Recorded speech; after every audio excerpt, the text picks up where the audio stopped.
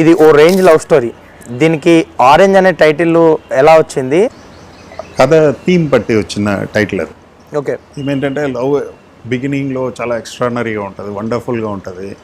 Then ఏంటంటే ఓ time తర్వాత అది తగ్గుతుంది అన్నదే కదా అందులో వచ్చే కాన్ఫ్లిక్ట్సే. క్లైమాక్స్లో ఏం చెప్తున్నాం అంటే అది తగ్గుతుంది, అది ప్రాక్టికల్గా అవుతుంది. తగ్గిన తర్వాత ఏం చేయాలి? సో మళ్ళీ ఒక చోటలో కొత్తగా మొదలెట్టాలి. ఓకే. అది కూడా తగ్గుతుంది.